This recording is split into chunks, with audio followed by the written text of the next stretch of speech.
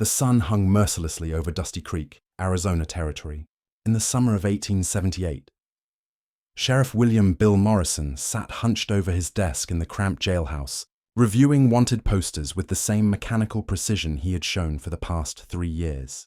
The bronze star on his leather vest caught the afternoon light streaming through the barred window, a symbol of authority that had gradually become his entire identity. Outside, the dusty main street buzzed with the usual activity. Horses clomped past, their hooves raising small clouds of red dirt. The general store's bell chimed as customers entered and exited. Women in long cotton dresses and bonnets walked carefully along the wooden sidewalks, lifting their skirts to avoid the dust. Men in work shirts and suspenders tipped their hats in greeting as they passed.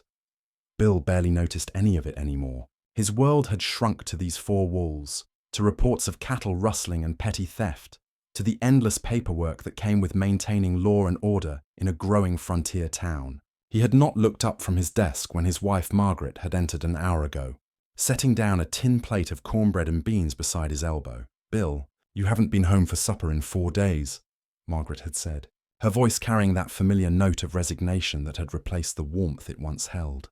She stood behind his chair in her blue calico dress, her auburn hair pinned back in a practical bun, waiting for some acknowledgement that never came. He had grunted something about important work, never lifting his eyes from the reports. Margaret had stood there for a long moment, perhaps hoping for more, before quietly gathering her shawl and leaving. The door had closed with a soft click that somehow sounded louder than a gunshot in the silence that followed. Now, as the shadows grew longer across his desk, Bill finally reached for the untouched meal.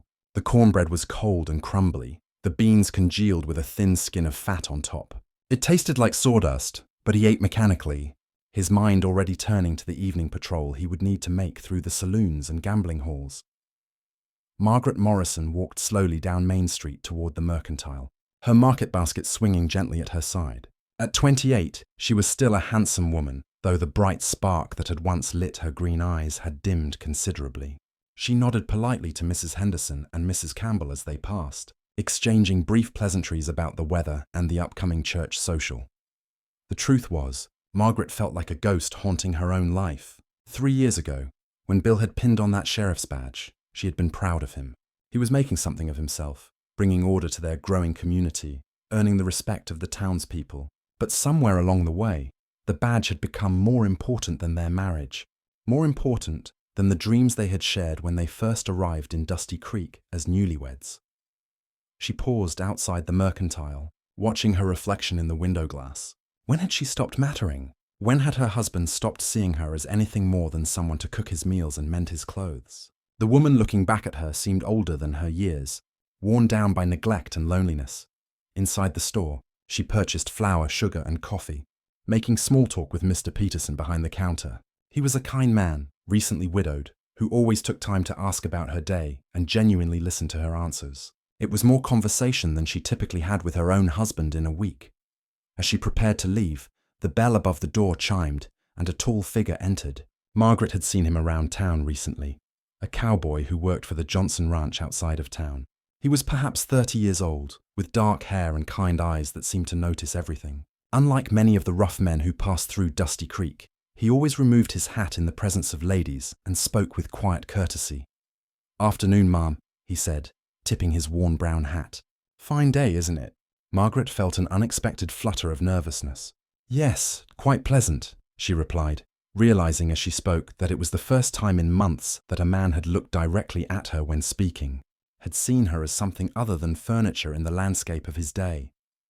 The cowboy's name was Thomas Fletcher, and though Margaret did not know it yet, this brief encounter would set in motion events that would shatter the careful routine that had become her prison, forcing both her and her husband to confront what their marriage had become, and what it might yet be saved to become. 3 weeks had passed since that first encounter at the Mercantile, and Thomas Fletcher found himself making increasingly frequent trips to town. The Johnson Ranch kept him busy with cattle drives and fence repairs, but he always seemed to find reasons to visit Dusty Creek during the hours when Margaret Morrison might be running her errands. It started innocently enough. A tip of his hat when he saw her outside the post office. A polite "Good morning, Mrs. Morrison," when their paths crossed near the church. Small gestures that meant nothing to most observers, but everything to a woman who had grown invisible in her own home. Thomas had noticed her long before that day in Peterson's store. How could he not? Margaret Morrison moved through town with a quiet grace that set her apart from the other wives and daughters of Dusty Creek. But it was more than her appearance that caught his attention. It was the sadness in her eyes, the way she carried herself like someone who had forgotten her own worth.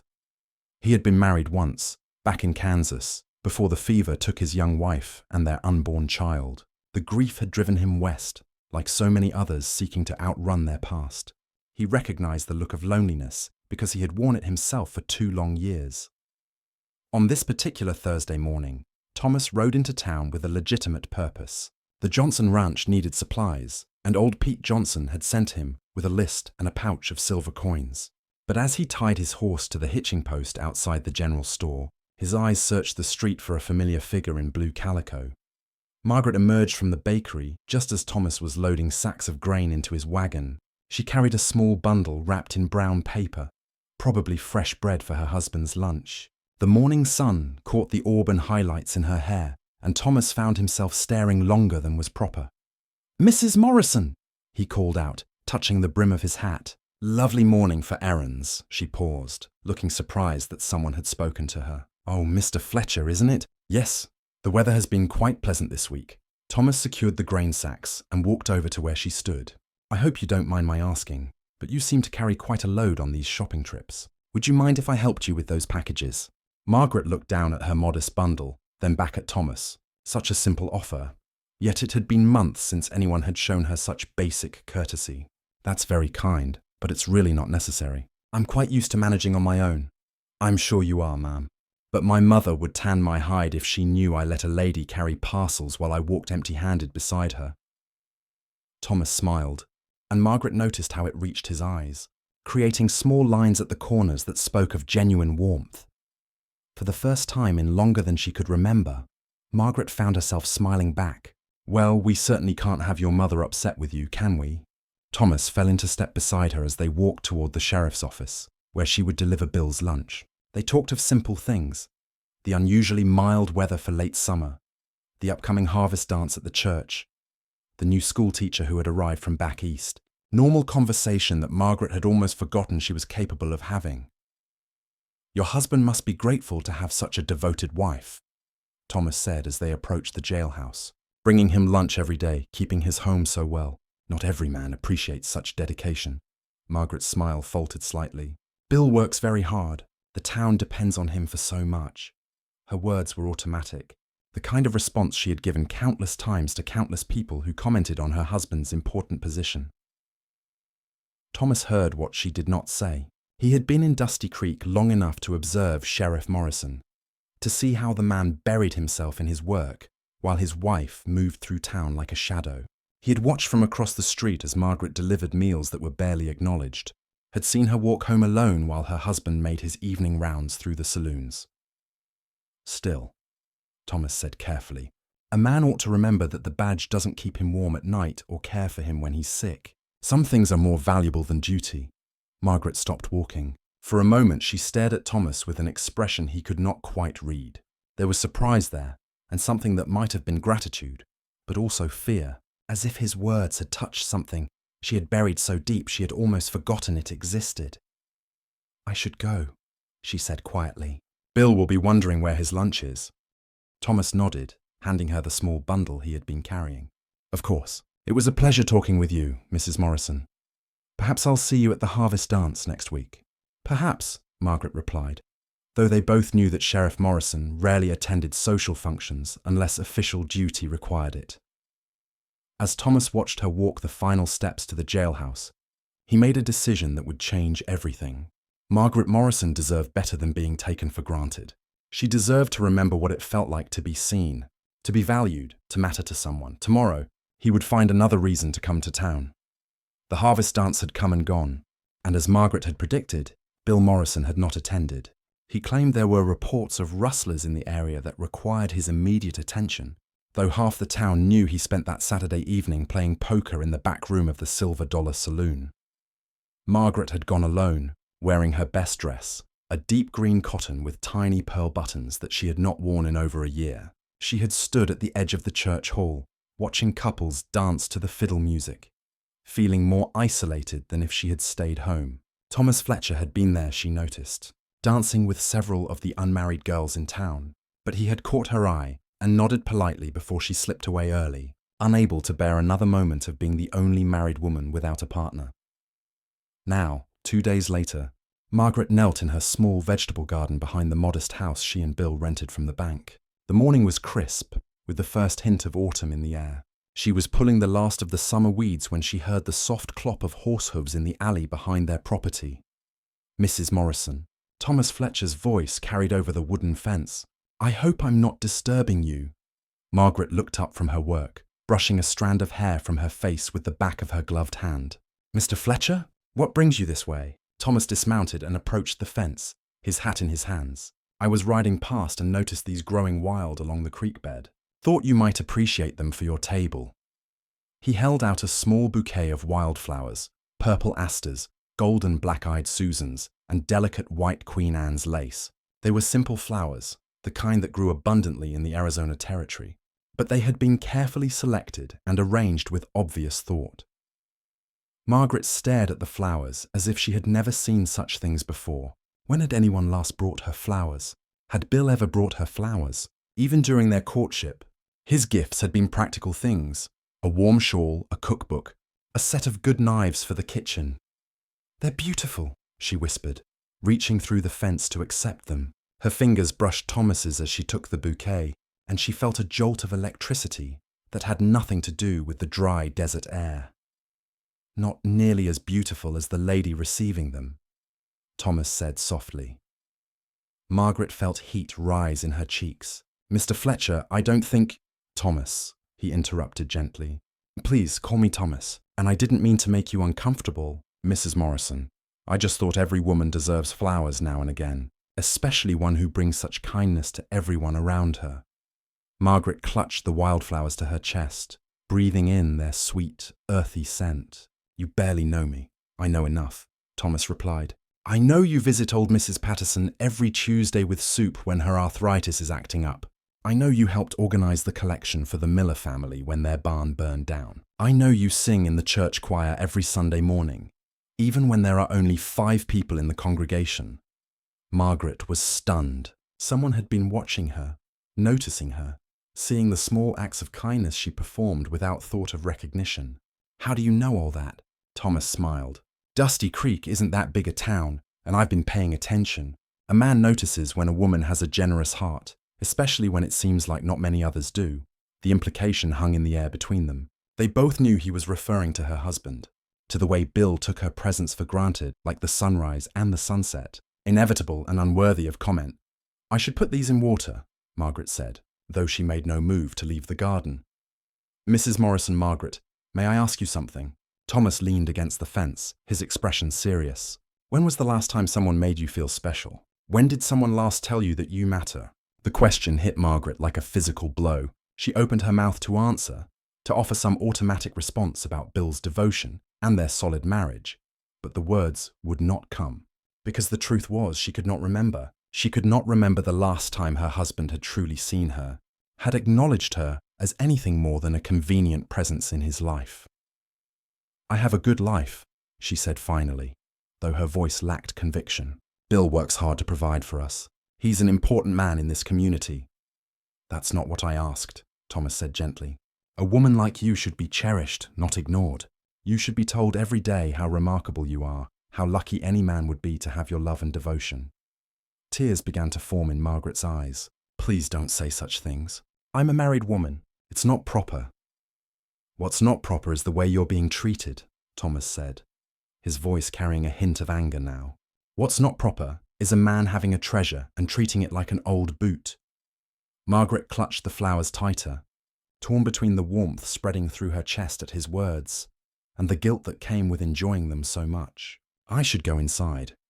"Of course," Thomas said, stepping back from the fence. "But Margaret, may I bring you flowers again sometime? Just as a friend, nothing more. Everyone deserves a little beauty in their life." Margaret looked at him for a long moment. This kind cowboy who saw her when her own husband did not. "I don't know if that would be wise." "Think about it." Thomas said, mounting his horse. A person can't live on duty and obligation alone. Sometimes we need to remember we're human, that we have hearts that deserve tending too. As Thomas rode away, Margaret stood in her garden holding the wildflowers, feeling more alive than she had in months. She did not yet know that Mrs. Henderson had been hanging laundry in her backyard and had seen the entire exchange. She did not know that within an hour, half the women in Dusty Creek would be whispering about the cowboy who had brought the sheriff's wife flowers, and she certainly did not know that Sheriff Bill Morrison would hear those whispers before the sun set. By evening, the whispers had reached every corner of Dusty Creek. Mrs. Henderson had told Mrs. Campbell about the cowboy and the flowers. Mrs. Campbell had mentioned it to her husband at dinner, who had shared the story with the men at the barber shop. By the time the sun was setting behind the red hills, even the saloon girls were gossiping about Sheriff Morrison's wife and her mysterious admirer. Bill Morrison learned of it in the worst possible way. He was making his evening rounds, checking that the storefronts were secure, when he overheard two cowboys talking outside the Silver Dollar Saloon. "That Fletcher fellow's got some nerve," one was saying, spitting tobacco juice into the dust. "Bringing flowers to another man's wife like that." "Can't say I blame him," the other replied with a laugh.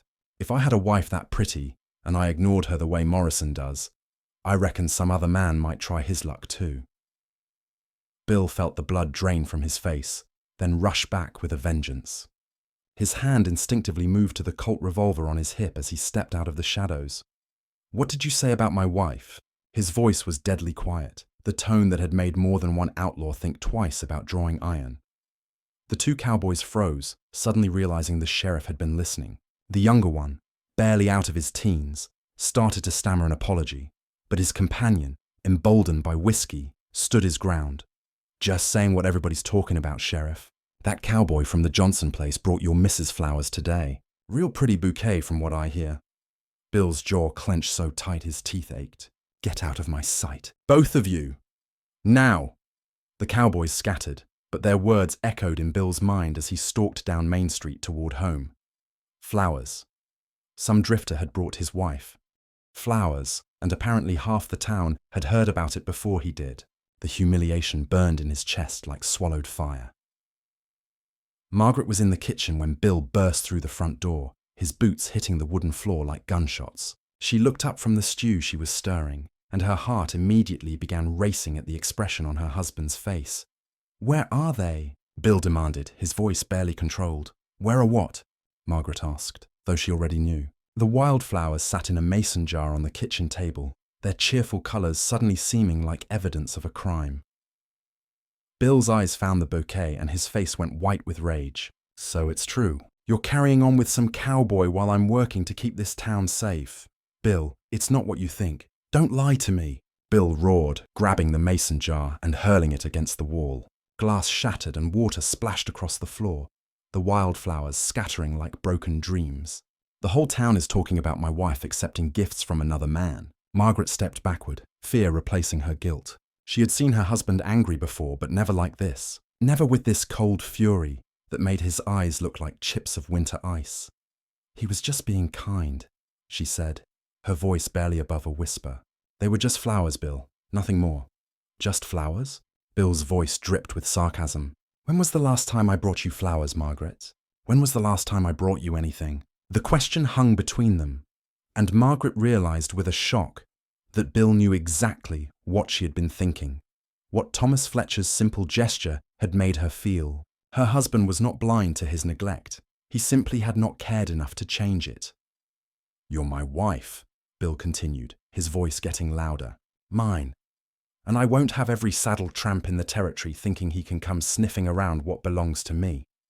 "I don't belong to you," Margaret said, the words slipping out before she could stop them. "I'm not your horse or your gun or your badge. I'm a person, Bill. A person you haven't really looked at in 3 years." The slap came so fast Margaret never saw it coming. Her head snapped to the side and she stumbled, her hand flying to her stinging cheek. For a moment, the kitchen was completely silent, except for the sound of their breathing. Bill stared at his hand, as if it belonged to someone else, horror slowly replacing rage on his face. "Margaret, I didn't mean—" But Margaret was already moving, grabbing her shawl from the hook by the door. Don't, she said, her voice stronger than she felt. Don't you dare apologize now.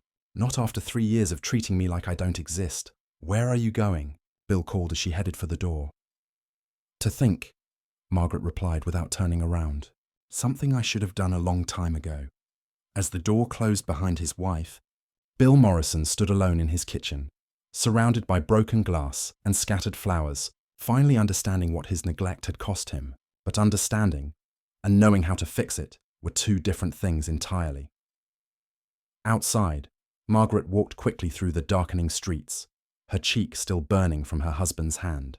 She had no destination in mind, only the desperate need to be somewhere else, anywhere else. She did not notice the figure on horseback, watching from the shadows near the church, or see Thomas Fletcher's expression when he witnessed her distress. But she would see him again very soon. Margaret found herself at the small cemetery, on the hill overlooking Dusty Creek, sitting on the worn wooden bench beside the grave of the town's first preacher. The moon was rising, casting silver light across the weathered headstones and the valley below. She touched her cheek gently, wincing at the tenderness there, and tried to make sense of the chaos in her heart. She had been married to Bill Morrison for 5 years, and in all that time he had never raised a hand to her, but he had never really seen her either. Tonight, for the first time, she wondered if being invisible might have been preferable to being treated like property. The sound of approaching hoofbeats made her look up. Thomas Fletcher rode slowly up the hill, dismounting when he reached the cemetery gate. He approached carefully, as if she were a wounded animal that might bolt at any sudden movement. "Margaret," he said softly, "I saw you leave your house. Are you hurt?" She turned her face away, not wanting him to see the mark Bill's hand had left. "You shouldn't be here. People will talk even more." "Let them talk," Thomas said, settling on the bench beside her, but leaving respectful distance between them. "Are you all right?" The gentleness in his voice nearly broke her resolve. "He's never done that before," she whispered. "In 5 years of marriage, Bill has never struck me." Thomas felt anger surge through him like wildfire. "He hit you because of the flowers." It was not a question. Margaret nodded, finally turning to face him. Even in the moonlight, Thomas could see the red mark across her cheek, and his hands clenched into fists. "This is my fault," he said through gritted teeth. "I should have known better than to put you in that position." "No," Margaret said firmly. "This is not your fault. You were kind to me, Thomas. You saw me when no one else did. You made me remember what it felt like to be treated like a human being, instead of a piece of furniture." They sat in silence for a moment, both aware that they had reached a crossroads. Whatever happened next would change everything for both of them. "What are you going to do?" Thomas asked finally.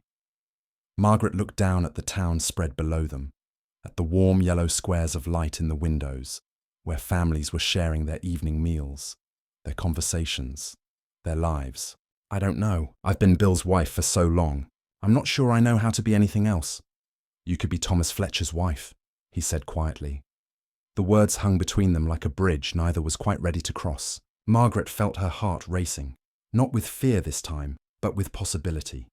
"Thomas, The sound of multiple horses approaching cut her off. Both of them turned to see 3 riders coming up the hill at a gallop. Even in the darkness, Margaret recognized her husband's silhouette, and the cold dread that settled in her stomach told her that whatever happened next would not end peacefully.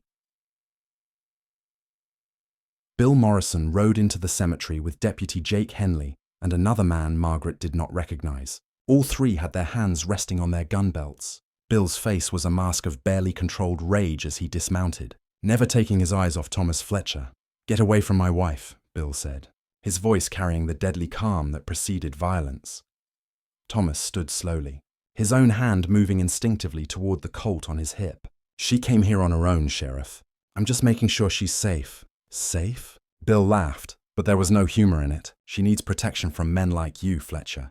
Drifters who think they can come into my town and steal what belongs to other men." "I'm not your property, Bill," Margaret said, standing as well. "And Thomas isn't a drifter. He works for the Johnson Ranch. He's been nothing but respectful." "Respectful men don't bring flowers to other men's wives," Bill snarled. "They don't meet them in cemeteries in the middle of the night." Thomas took a step forward, putting himself slightly between Margaret and the 3 armed men. "Maybe if you'd brought your wife flowers yourself, Sheriff, She wouldn't have been so grateful for a simple kindness from someone else.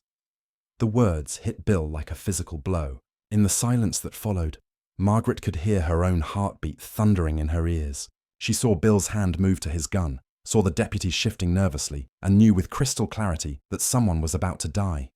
"Bill, don't," she pleaded. "Please, this isn't worth it, isn't it?" Bill's voice was barely human now. "My reputation, my marriage, my authority in this town, none of that's worth fighting for." "Your marriage died 3 years ago," Thomas said quietly. "You just never bothered to bury it." Bill Morrison drew his gun. The Colt cleared leather with practiced ease, but Thomas Fletcher was faster than the sheriff had anticipated. His own weapon appeared in his hand as if by magic, and for a heartbeat that seemed to last forever, the two men faced each other with drawn guns, while Margaret stood frozen between them. "This ends now, Fletcher," Bill said. "You leave town tonight and you never come back, or I'll kill you where you stand." Thomas looked at Margaret, seeing the fear and anguish in her face, understanding that whatever choice he made would cost them both dearly. "And if I stay?" Bill's finger tightened on the trigger. "Then you'll be buried next to Preacher Williams by sunrise."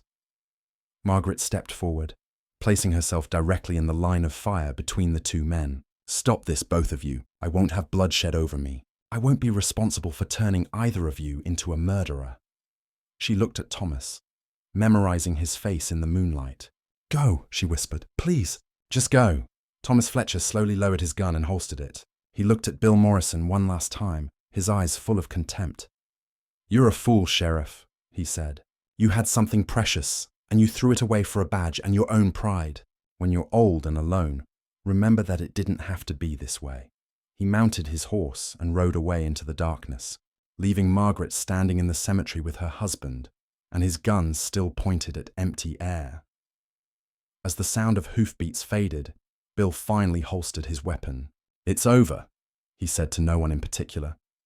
But Margaret, looking down at the lights of Dusty Creek and thinking about the kindness she had glimpsed and lost, knew that in truth it was just beginning. She had learned something about herself tonight that Bill's gun could not kill. She deserved better than to be taken for granted, and now that she knew it, she could never unknow it again. The question was what she would do with that knowledge.